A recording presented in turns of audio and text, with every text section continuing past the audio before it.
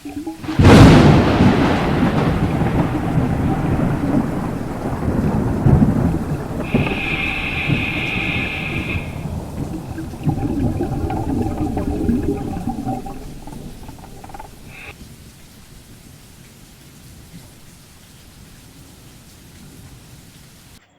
திருக்கை நீங்கள் இப்போ தண்ணியில் பார்த்தீங்க, அது பெரிய திருக்கை.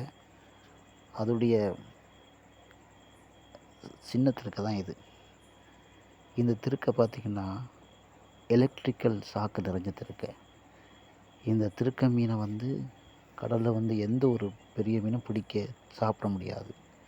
அது தொட்ட உடனே எலக்ட்ரிக்கல் அடிக்கும், ஷாக் அடிக்கும். ஏன்னா இந்த திருக்கையை நாங்கள் கூட தொட்டது உண்டு கடலில். ஷாக்கு எங்களை கூட அடிச்சிருக்கு. ஏன்னா இந்த திருக்கை எந்த தேவைக்கும் எடுக்கிற கிடையாது. இதை நாங்கள் தூக்கி ஓரமாக போட்டுருவாங்க. இதை சமைக்கவோ சாப்பிடவோ முடியாது. எலக்ட்ரிக்கல் நிறைஞ்ச திருக்கை தான் இது. தொட்டோன்னே ஷாக் அடிக்கும்.